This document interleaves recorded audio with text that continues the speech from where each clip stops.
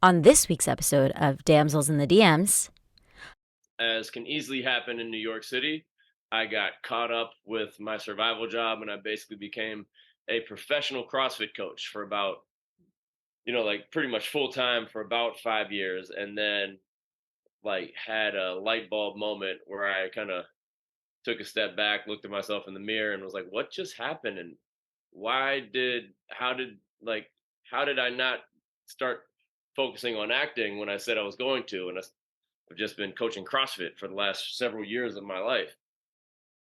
this message is intended as a reminder that we are not licensed professionals, not psychiatrists or psychologists. If you have a serious problem, please seek professional help. The National Suicide Hotline is 1-800-273-8255. That's 1-800-273-8255. There's some damsels in the DM. Yes, queen. Tell us what's the vibe. There's some damsels in the DM. Please tell us what's the vibe. DMs, yeah we see them, yeah we read them. DMs, we don't need them, we just leave them. Please. Yeah. It's going down in the DMs. Bye. Hello, everyone, and welcome to another episode of Damsels in the DMs. I'm Lauren. And I am Osh. And Osh And has today, cool headphones on. Look at her. I decided that this is probably the way that I'm going to be going forward from today onwards because I just feel like I feel a little bit more of a podcaster doing it this way rather than not. I don't know why. Hello, Jared. So, if you could start us off and tell us and the listeners a little bit about you, where you're from, what you do, and where you're located. Sure thing. First of all, thank you for bringing me on here. It's an honor and a pleasure. So, yeah, I'm Jared P. Smith. The P is actually not a middle initial. My last name was hyphenated, so it's Jared Prudhoff Smith. That just, it's a lot. When you think about how many times you slate and, I was just like, you know what? P. Smith. Let's just because people would be like, Prudhoff Smith, is that one word? I'm like, no, no. And then, uh, P. Smith, I'm born and raised in Washington, D.C. I spent the first 18 years of my life there, actually D.C. proper. Also, like as close as you can get to being in Maryland, yet still being in D.C. I'm like a stone's throw from Western Avenue in Northwest, and that's the border between D.C. and Maryland, and I'm like 3 blocks over. But that changes your childhood dramatically because you go to DC schools instead of Maryland schools, which might be different today. I don't know, but in the 90s, it was a very diverse experience and upbringing, which I actually loved. So grew up in DC. I went to William and Mary for undergrad.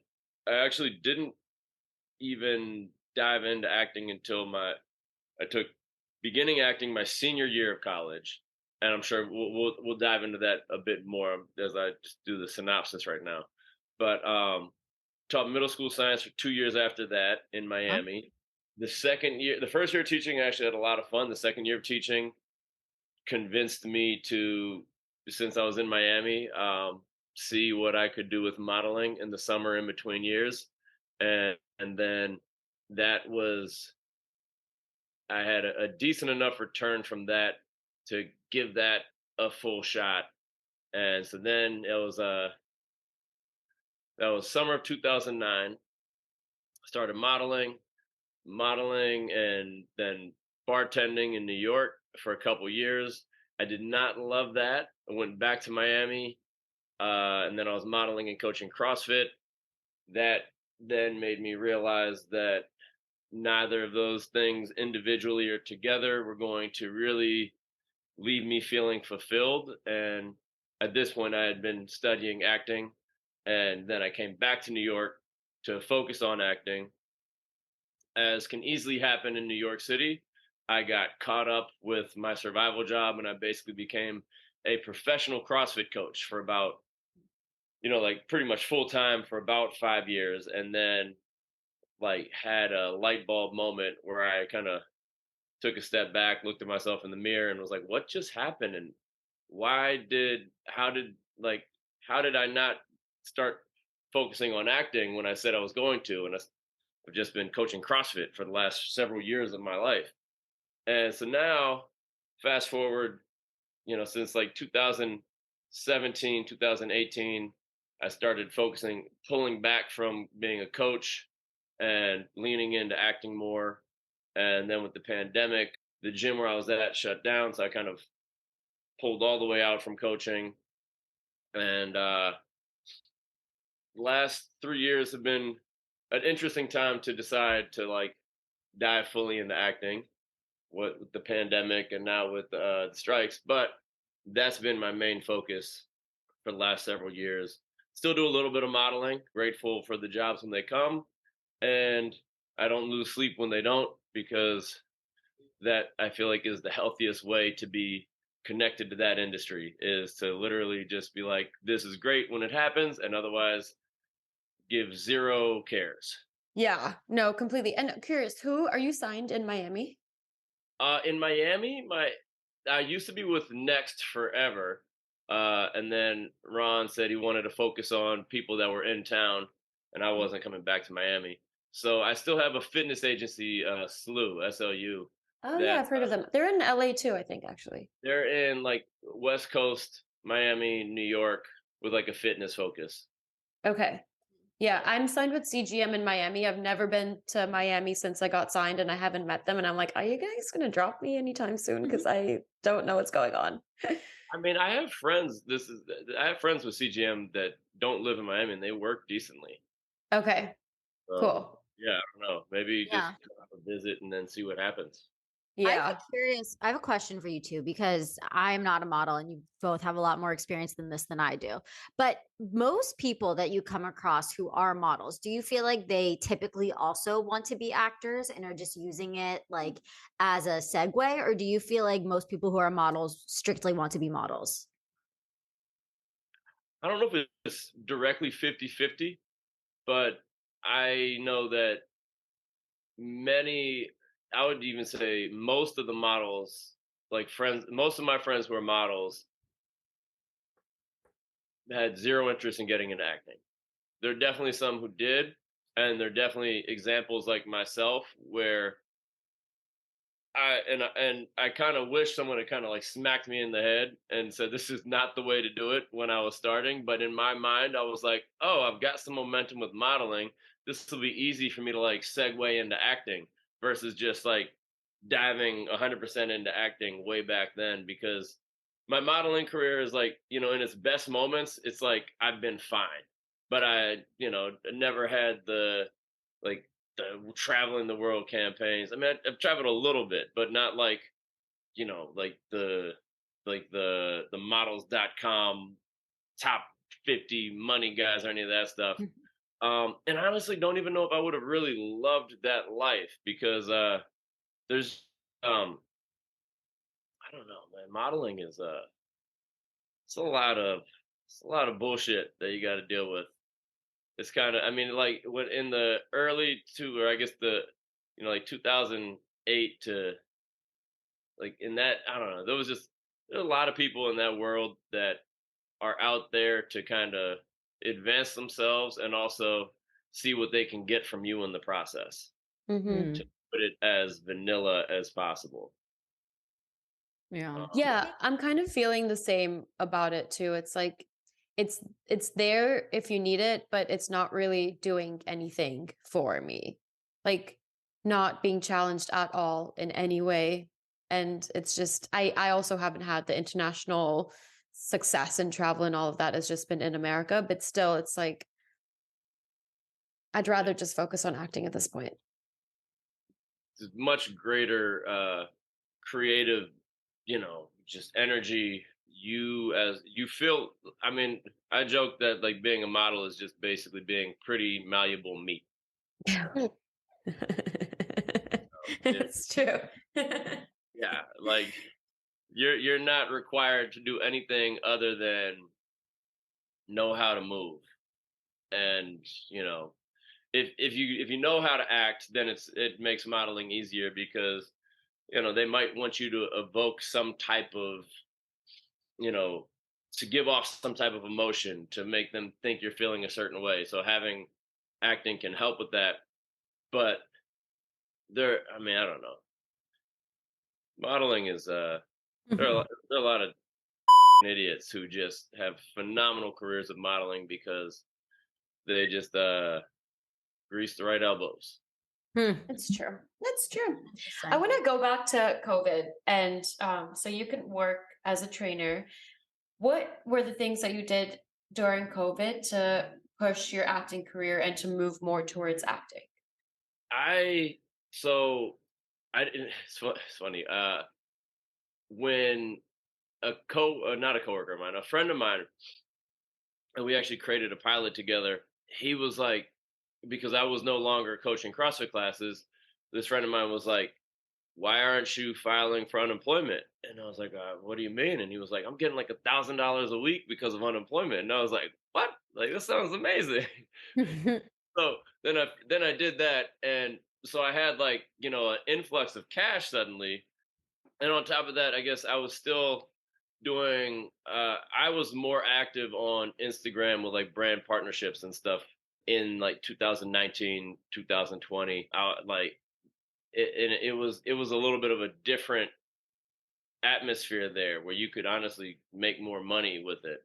Whereas now, the people that are really making money, they treat it like a full-time job and like, content creation, which is its own wonderful thing, but it just, I don't know. I don't know. But anyways, so at that point, in-person stuff kind of basically stopped altogether.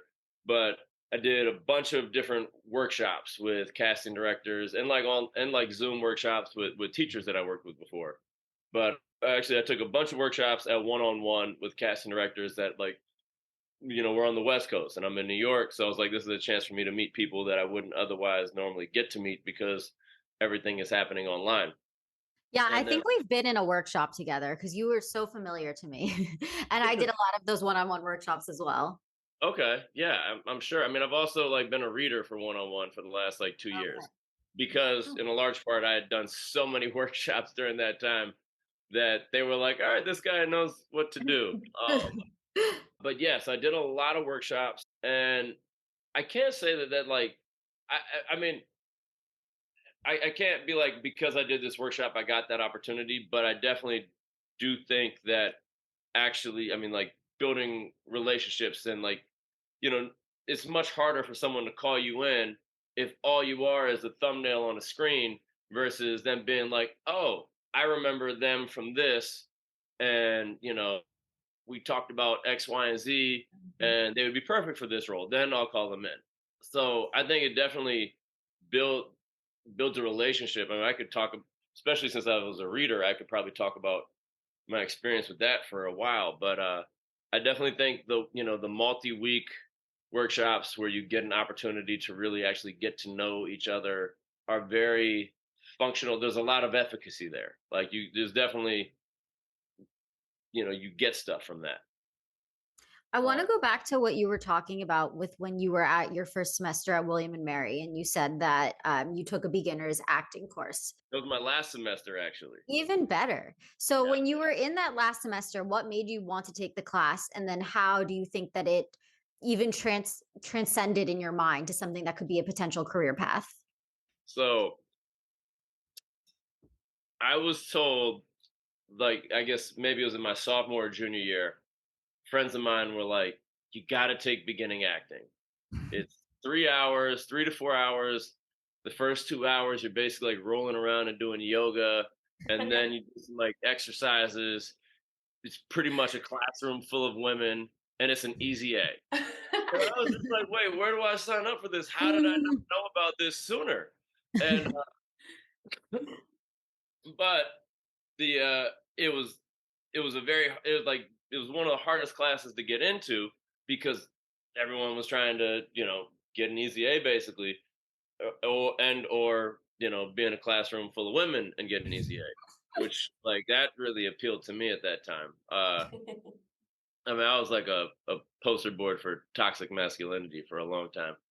Um, but but So I was like, this sounds like the best way to, spend the first 3 hours of my Monday and Wednesday. So where do I sign up? And finally I got in the class. And I really wish I'd actually gotten in sooner because I'm in the class and I'm just like, holy shit, this acting stuff is awesome. Like, I want to do more of this. Like, how did I not know about this sooner? So when I think back, like when I think back to when I was like a little kid, I remember I had a yellow plastic baseball bat and I would be running around my basement like I was Luke Skywalker. Um, and like recreating scenes. Like, I don't know how my dad let me see Major League at such a young age because there's a lot of adult content in that. But I would like, be recreating the scenes where like I'd set up a mattress on the wall in the basement and like jump off the wall and be catching a ball. Like there's a scene like Wesley Snipes is Willie Mays Hayes and he's like he climbs the wall, he robs the guy of a home run. And so at a very young age, I had this desire to recreate like moments from movies. But then I guess as I got older, I got more focused on sports, and it was like the theater department in my high school. I was just like, well, I'm a dude. Like, I'm not gonna you know do theater with a bunch of girls and very effeminate guys. And like that was where my head was for so without sugarcoating it. And then when I finally took an acting class, I was like, holy shit, I have been wrong for a long time. This is awesome. And then I think as I continued to take acting classes from there, what really kind of got me hooked in, I might be like jumping to the next question, but what really got me hooked in was I believe it allowed me to explore the full range of human emotion, which Jared, at that point, was very limited as far as what I could tap into and express. And so here was a medium which allowed me to experience more. Mm. Interesting. And yeah, and so I took some acting classes in Miami when I was teaching, and then I was one of those models that was like, oh, I can model and then just easily segue into acting. And then of course you try that and you realize that everyone's like, oh, you're just like you think you're pretty, so you're castable, and like without any skills. And I quickly realized that I had a lot of work to do as far as becoming a halfway decent actor. And but that experience of taking continuing to take classes and it's just like it was like going down the rabbit hole for me. And I just my love and appreciation for the creative process has only grown since. I'm really curious because you mentioned that you were the poster child for toxic masculinity. And feel free to answer this or not, but it's so interesting to me that you say that. And then you also say what you love about acting so much is how much it allows you to explore about human capacity for emotion. How do you think, and I feel like so many people really need to hear this episode, depending on your answer, but how do you think that you were able to make that switch into being such a caring, empathetic person who has such a range for human emotion, going from somebody who started at such a different place? Honestly, years of therapy, a lot of failures with relationships that forced me to become more introspective and you know start looking inward for what the cause was versus projecting blame.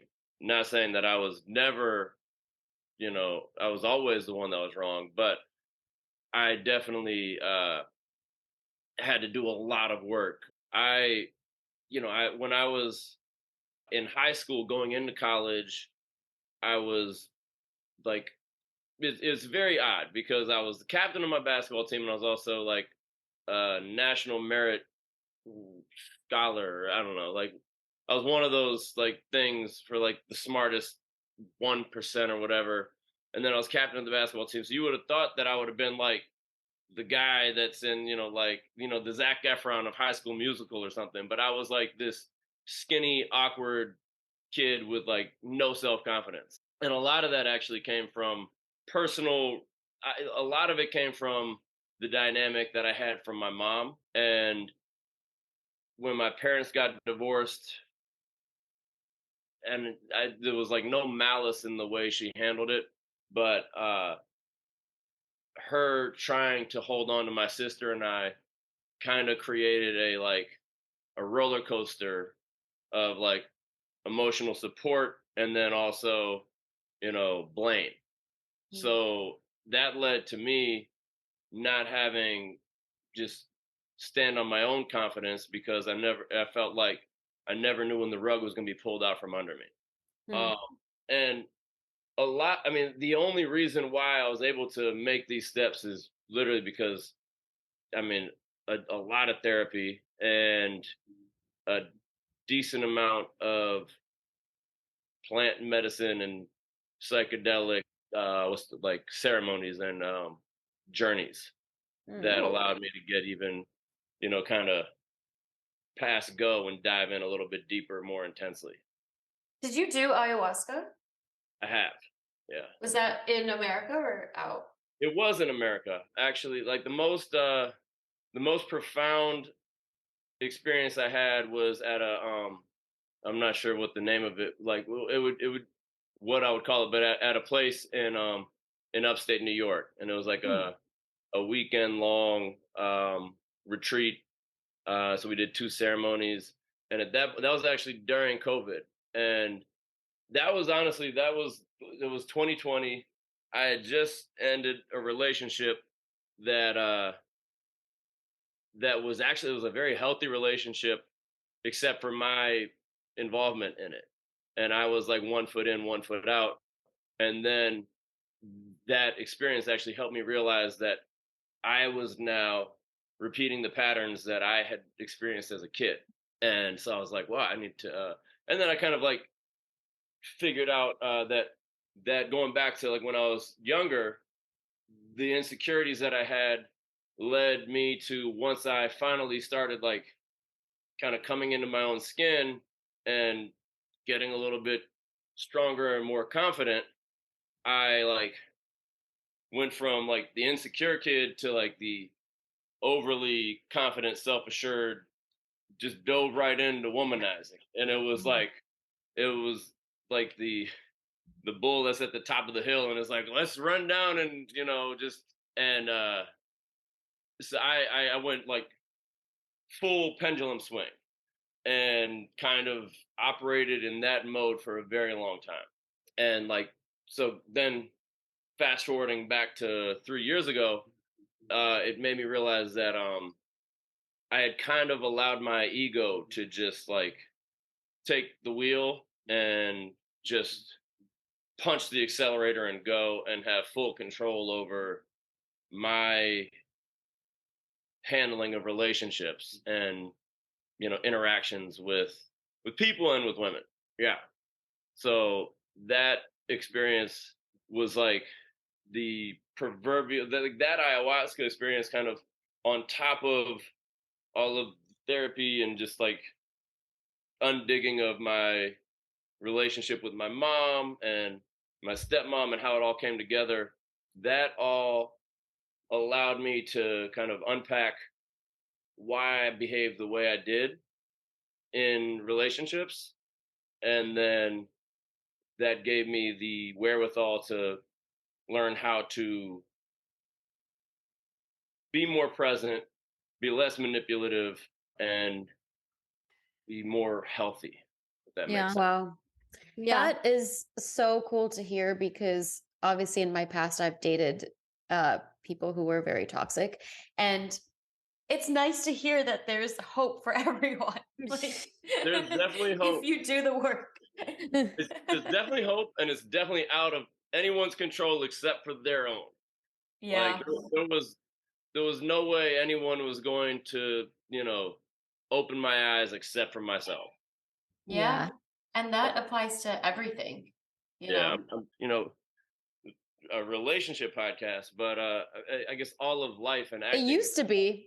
Oh, really? Well, it does say Damsels in the DM. So yeah, there is but you 100% have to take someone at face value for what they're giving you, and no matter whether you know how much you love them, you gotta just like you gotta take off the rose-colored glasses Mhm. and take them for what they're giving you.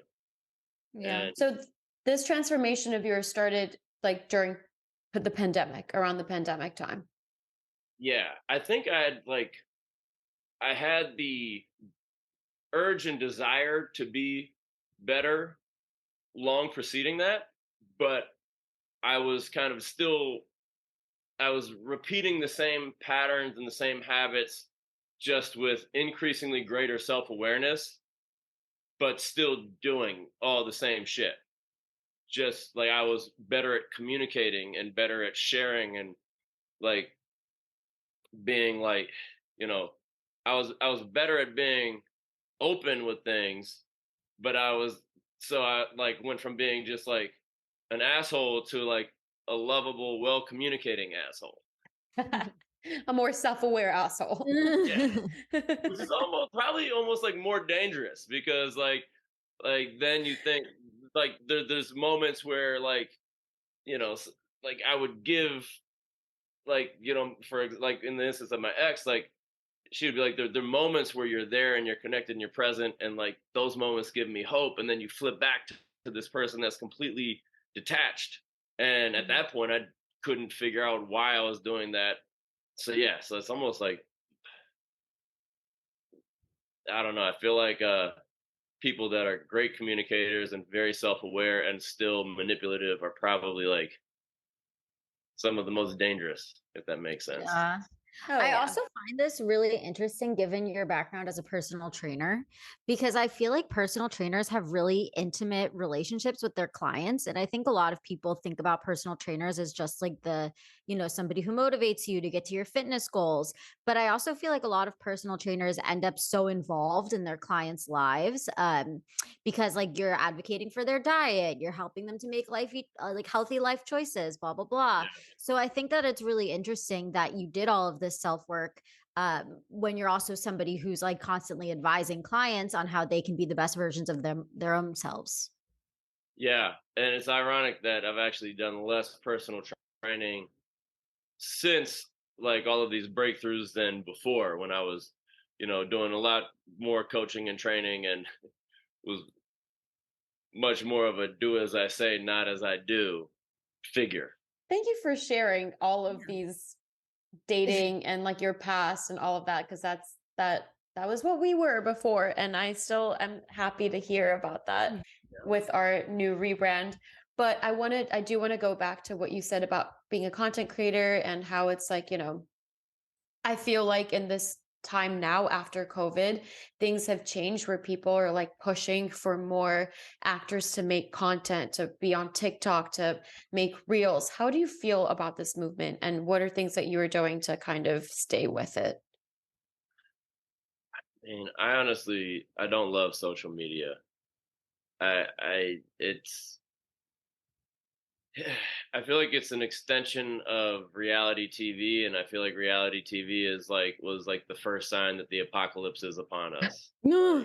So, like with my social media, like I've got a lot of friends that they do these phenomenally like curated reels, and I'm just like, that's cool and it's aesthetically pleasing, but like that's not real. Like it's just like you're painting a false image of reality. Like, and then then there's me, and my shit just looks like completely thrown together. And I should probably, I like, and like I should probably, I don't know if I should say I should probably like lean more into creating better produced content, but I'm just like I'm just gonna give you me real, and this is just who I am, and like you know I like these things, I take these things, I use these things.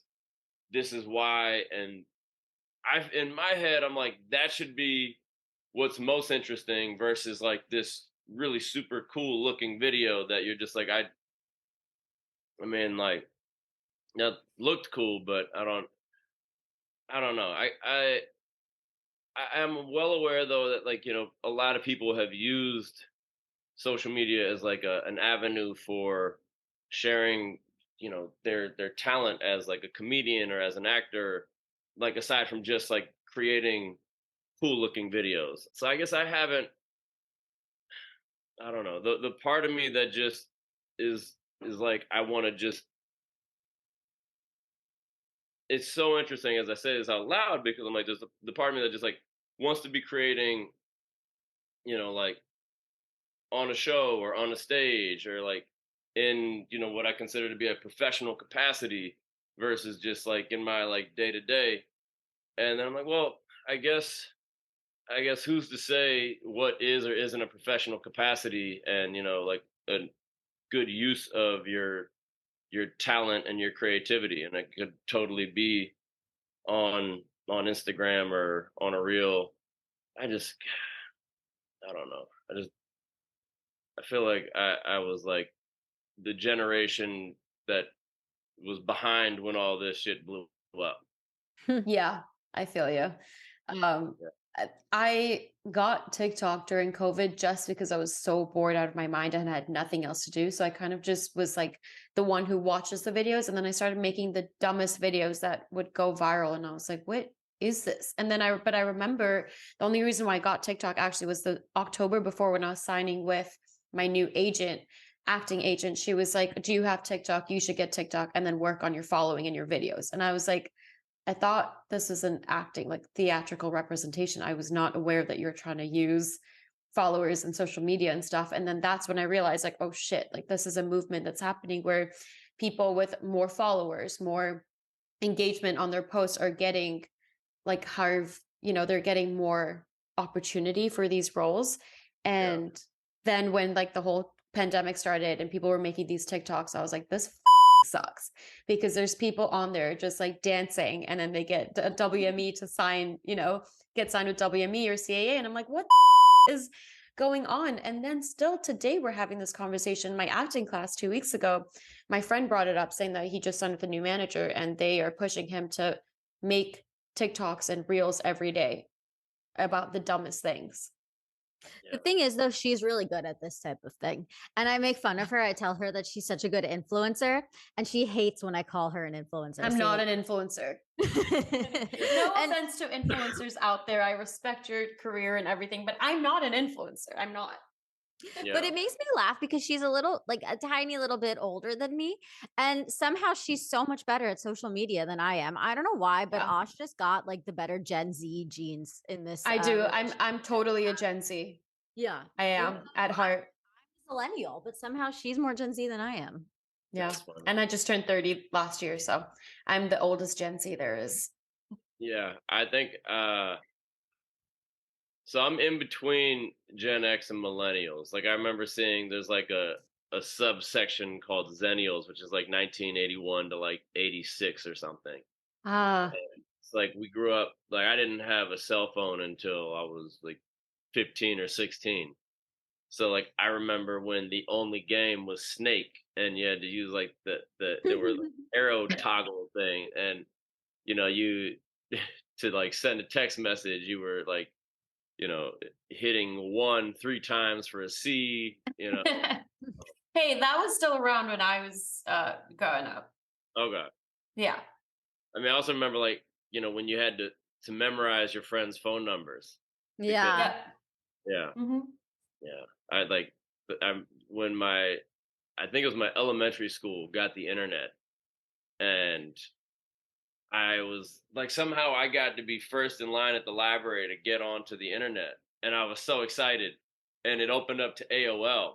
And I had no idea what AOL was. And like, so then the kids that actually had AOL, they're like, oh, you don't have the internet. Because you had to have like your password, your username, your AOL username and password. And I was like, what is this? I was like, how do I do it? They were like, you can't. And I was just like, shit. That sucks. I'm Yeah. curious because you are that generation, what do you think of AI and what's happening with like technology right now? Very curious about I think what happens with the writer's strike and if SAG strikes, which I think is a very high likelihood, but then they have that as like their kind of their bargaining point, say like we need to come to an agreement, otherwise we're authorized to strike and we will. I think what happens with those two situations is going to be greatly indicative of what happens with the world and AI in general in the future. Because I mean, like when I think of art, I think of the back in the day great philosophers would say like art is what separates humans from animals. It's like what makes us human, and it's in a sense like that's if we lose art, what do we have? And you know capitalism would argue that art is irrelevant unless it's making money. So I'm honestly very very nervous, because if capitalism and just the pursuit of money, which is I guess slowly been taking over, I mean, Hollywood and the entertainment industry is an industry and it's money driven. But if the bottom line becomes the focus, then to the extent that AI is now creating the stuff, I think it's just like the canary in the coal mine. And, if AI starts taking over art, it's going to take over pretty much every, human occupation, until there's no reason why AI wouldn't be able to program better than the programmers once that wheel gets rolling. And then, you'll have the people that are using it up here, and then you'll have everybody else whose pursuit, their job, their career, their passion has been supplanted by AI down here. You'll have a huge divide between the haves and the have-nots, and I think it would just be like the beginning of the end. Yeah, Yeah. I agree. My brother has a tech background. He works in tech, and God, every time we have this conversation, I'm like, you need to stop talking to me because I do not want to talk about this. Because he's always like, oh yeah, AI will take over modeling and acting and jobs and this and that. And I'm like, you number one, have some empathy when you're talking to me about this stuff, because Yeah. this your is my audience. career. Know your audience, dude. Like, I'm Right. not the person to talk about this, And I'm like, well, they'll take over your job. He's like, yeah, they will, and I'll find something else. I'm like, okay, I do not want to have this conversation with you. I want to go back to donkey carts and horse carriages, Like I am the people before the cars came to be like, no, I don't want a car because that's taking over my horse carriage industry. Yeah. Says that's the literally queen how of I her feel. Jeep. Yeah, now I love my cars. That's my horse. Yeah, no, it's kind of scary though, because it's like, you think of other industries that have been phased out, Yeah. and you're just like, shit, is the is acting and the creative arts, is that an industry that's going to be phased out by machines? And I mean, then what the fuck? Like, I don't really want to figure out something else to do because I can no longer create as an actor.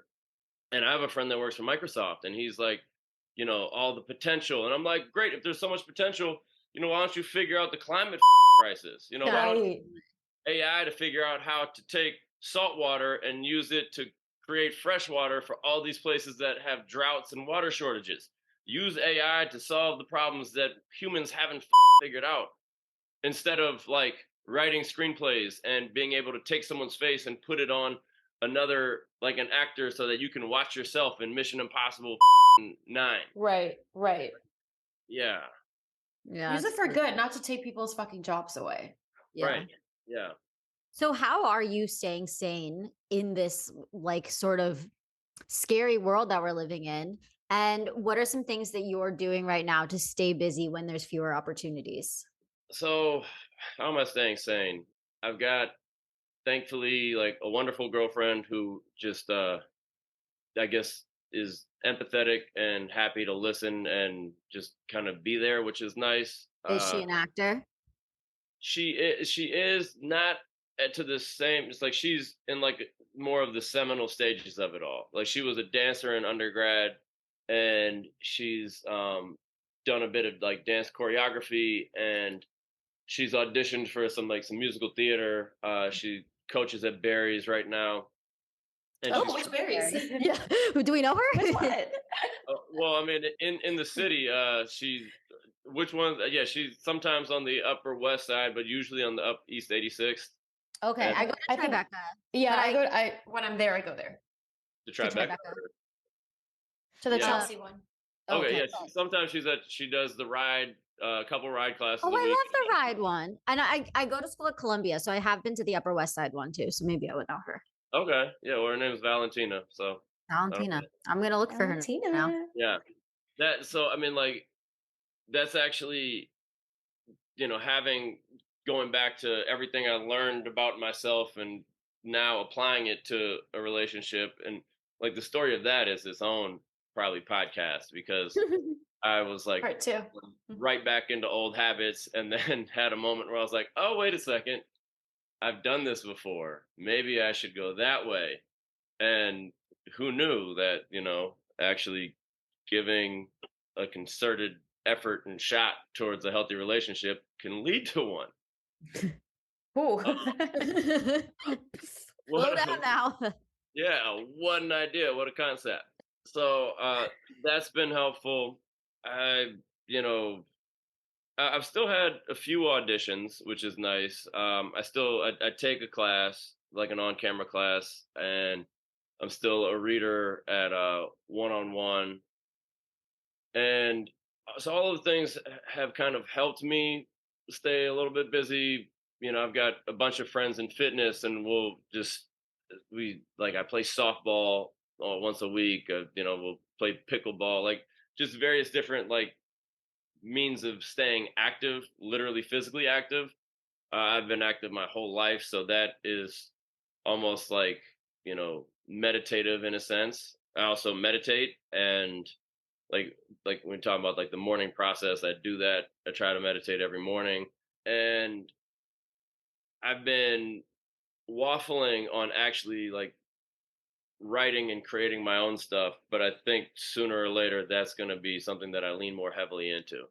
I've done that in the past at various different times, but like at this very moment, I'm not. And like I also like I don't know, my to-do list is never ending, and I think I'm a very good procrastinator, unfortunately. So. We love a good procrastination. Okay, question for you, because you were in the health and wellness field as well. And I'm so curious because I am a sucker for morning routines. What are some things that you do, like healthy habits or your morning routine, that helps you kind of stay grounded? I know you mentioned meditation, but can you walk me through your morning routine? Yeah, so my cat is a major driving force of my mornings, to be totally honest. So usually after waking up, and either before or after brushing my teeth, she needs treats. So we throw treats. And then it's very funny because if I do not do my morning meditation, like one day, like the next morning, after treats, will continue to meow. And it'll be like, because like I'll sit down.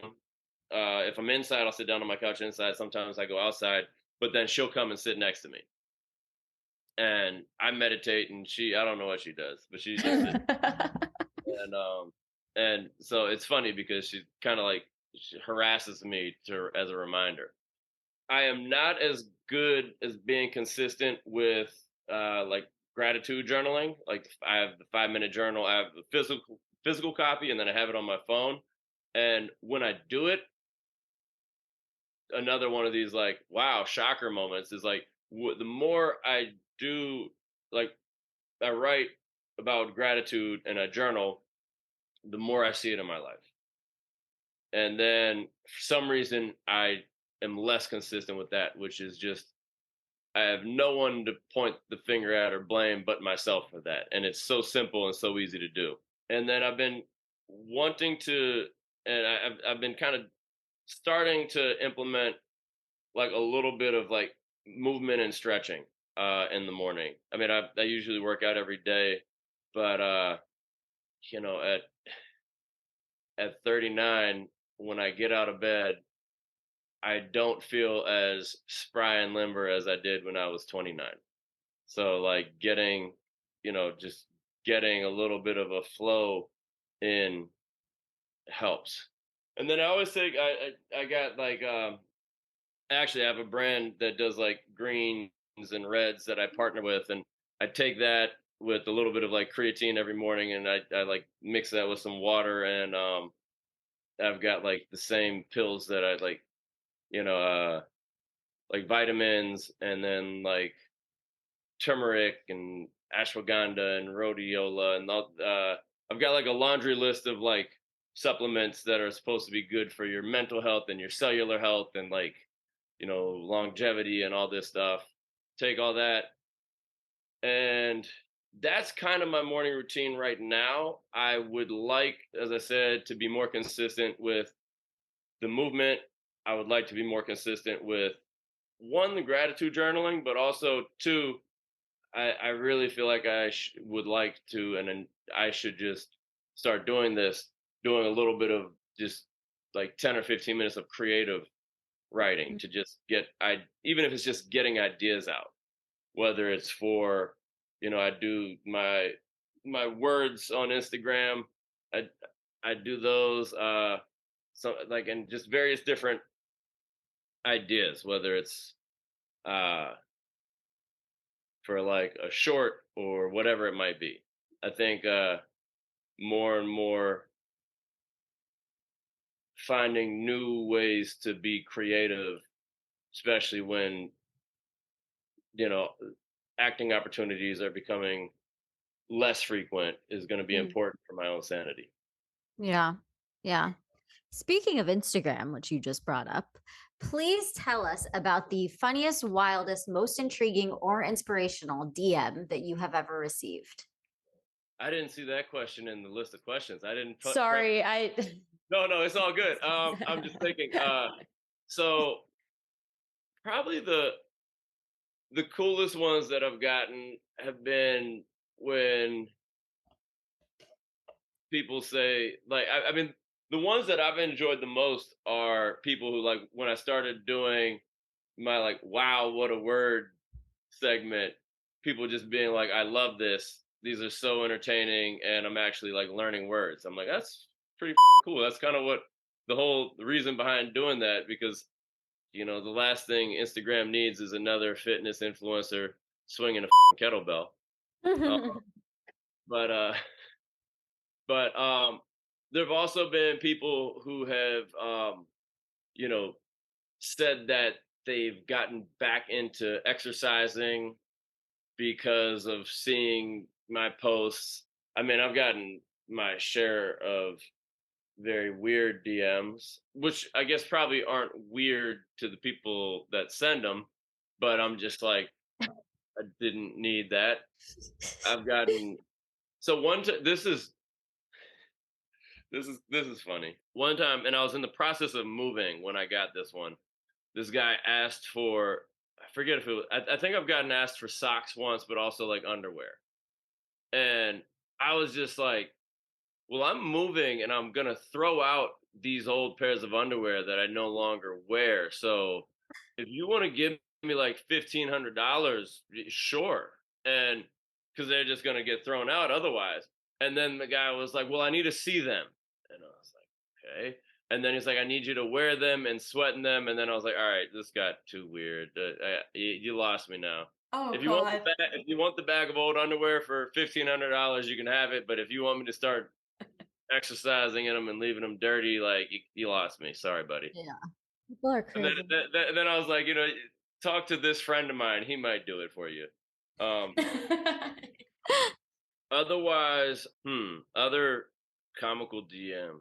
At one point, so what was interesting, like at one point, this has got to be 6 or 7 years ago. Though, I mean,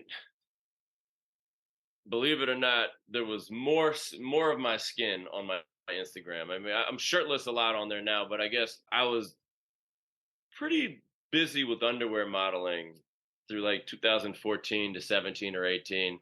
And I wouldn't put stuff up on there a ton, but I'd put stuff up on there. And I was, absolutely using it for trying to, you know, I think I was actually getting some opportunities from it for one, but also like there were times where like I'd be out and like a girl would be like, "I know you from Instagram," and I'd be like, Mhm. "Oh shit, really?" And so that was fun, yeah. But I'm happy to kind of be past that part of my life. Um, To respect your girlfriend, but still, I'm very curious. Did you go on any dates with the girls that would like notice you on the streets from your underwear modeling? uh, Like, would you use that to be like, "Hey, you want to go on a date with me?" not all of them, but definitely, yeah, yeah. I did. That's what I thought. Yeah, Don't worry, we won't tell Valentina We yeah. will No, not tell them. unless they this see will her at fairies. this will get it'll just be like bleeped out, like my face will get like erased from this moment. Oh, someone else, babe. No, actually, one of the most amazing things about her is how I've been able to be pretty upfront and honest about my life experience, and she's still happy to be with me. So Cutie.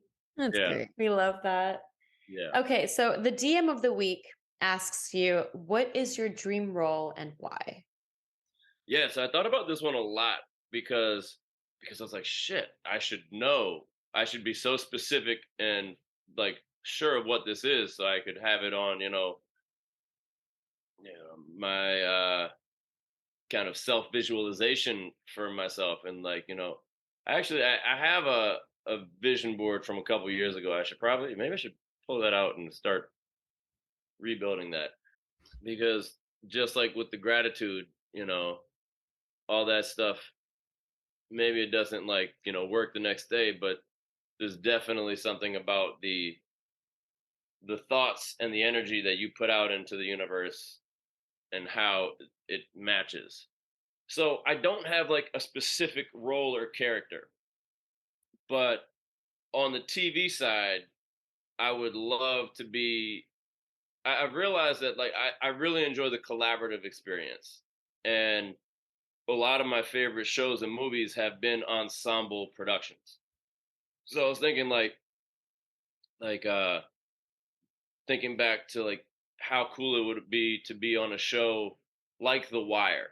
And then I remember when I was a little bit older, like Entourage on a comedy front, or even like True Blood, even though it was like about vampires and werewolves, it was like I like those shows on HBO for some reason in that like early 2000s like to like 2012, 15, a lot of those shows kind of stuck with me more than or like show like Curb Your Enthusiasm would just be.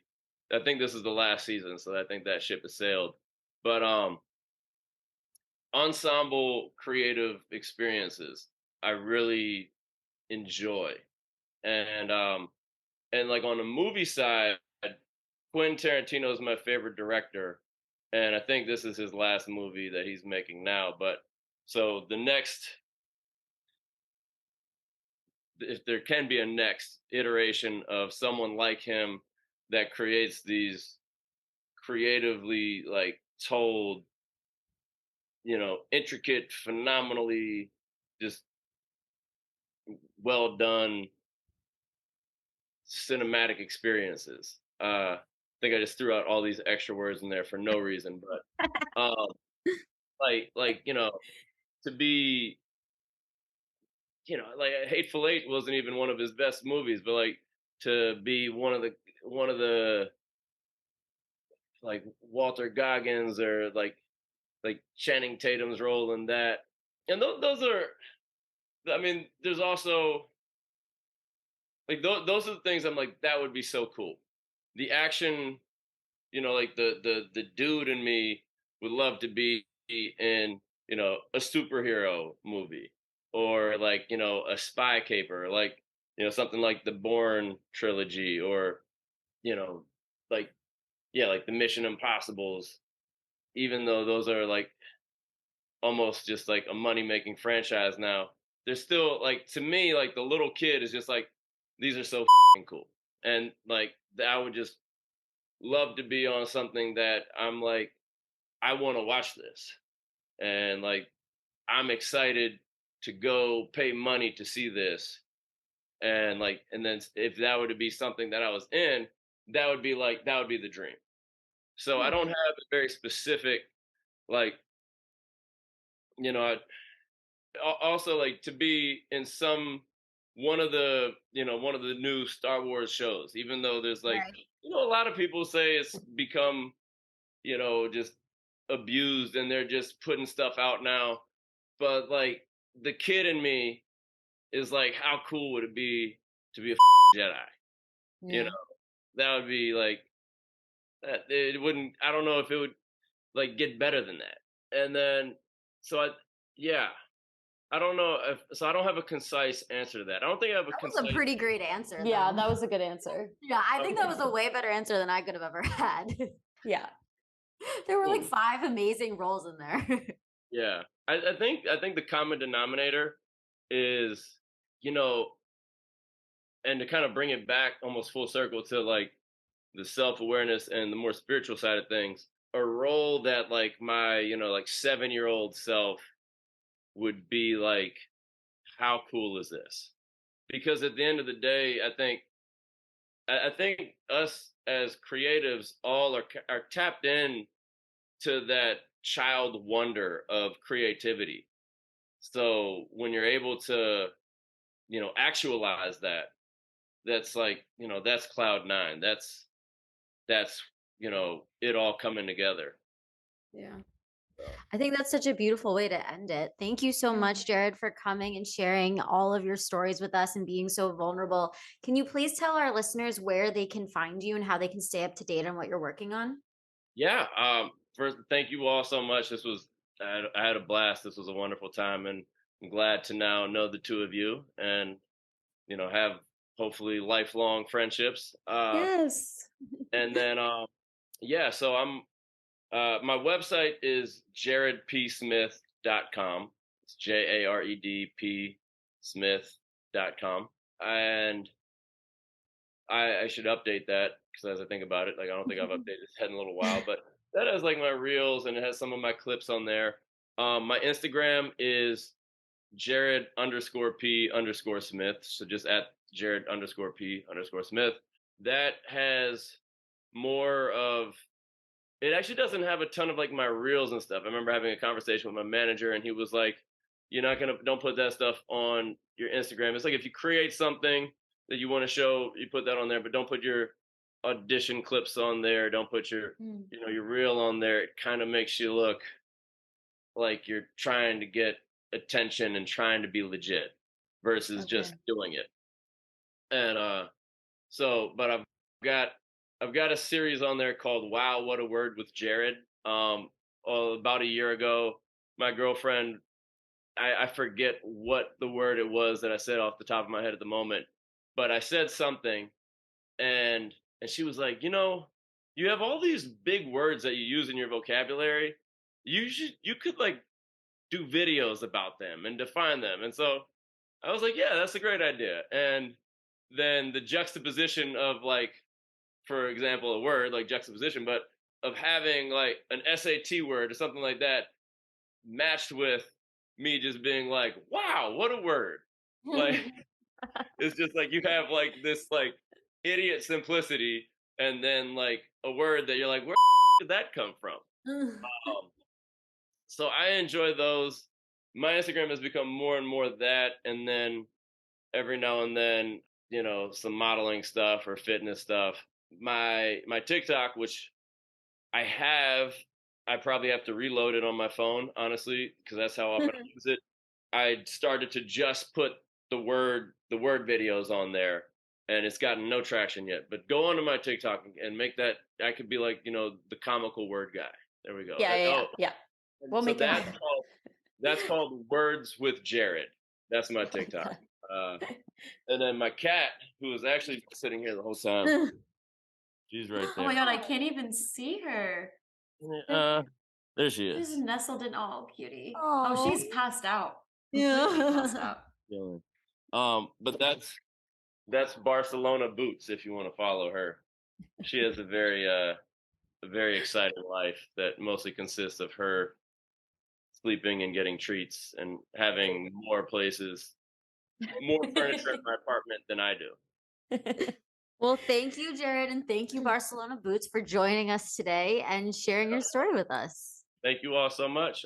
This was a joy, and look forward to more things like this in the future.